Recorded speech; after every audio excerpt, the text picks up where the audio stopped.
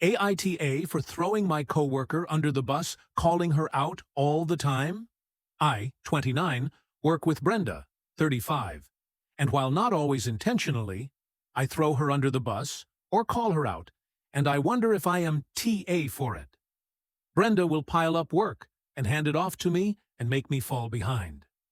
When our boss asks what's going on, Brenda will act like she doesn't know why I'm working so slow, and I will let our boss know that she piled 1 to 2 hours worth of work and handed or off to me at shift change.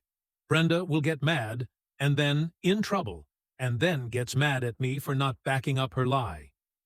Brenda will be assigned to areas with breaks that don't line up, because sometimes that's just how it has to happen, depending on call-outs and such.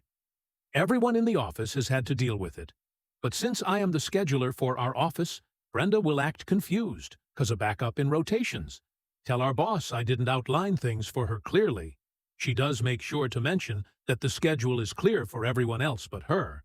So then our boss comes back to me and asks why she feels that way, and I usually respond with messages between Brenda and I, showing a conversation where she asks for clarification, because she, admittedly, doesn't understand the schedule and needs help.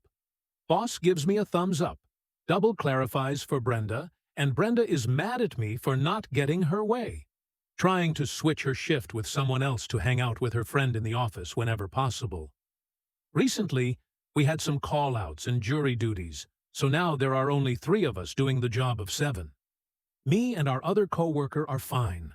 Brenda has no idea what's going on, despite me very clearly writing out in our Teams chat for her what her specific schedule is, as simply as possible. When her tasks came up, she wasn't doing them. Instead, she was messaging our boss, telling her I am doubling up her tasks and she doesn't know why, and her lunch will leave her second alone in the lobby, and all these concerns that sound reasonable when we are full-staffed.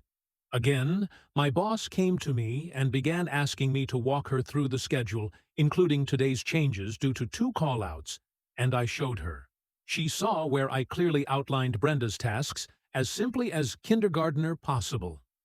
My boss began asking me why Brenda was complaining to her that she had no idea what to do, and that, because I didn't clarify for her why I doubled things up, she wasn't doing anything.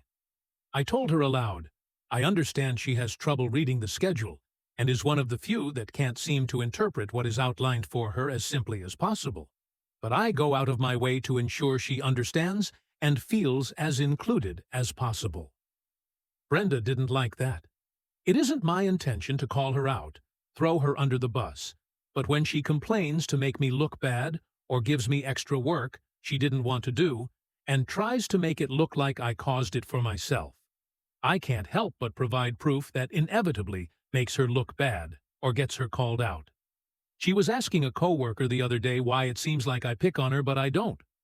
The coworker shrugged and just said, "Are you sure you don't want to ask him that?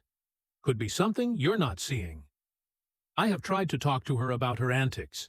She once even accused me of trying to offload all my work onto her when I asked her to begin our closing process 2 hours early. Not a closing, but more of how we process paperwork in the last hour and a half of the day to ensure we leave on time. She had compiled 2 hours worth of work and had refused to do anything. I was called in to have a meeting with a manager who demanded clarification, and I showed them the communication where I asked for the help, where she misinterpreted it, causing me to lose about another 30 minutes of work. That day, she left on time, and I left almost 90 minutes late because I stayed cleaning up her mess. AITA for always calling her out, throwing her under the bus when I start getting in trouble for things she did? My thinking for being singled out in the way that Sue only does this to me is that I am the only guy in the office. Even though we get along well most of the time, I'm the only one she seems to put in a position to look lazy or behind or unclear. If you enjoyed this story, please subscribe to my channel. There are many great stories for you on my channel. Thank you for watching.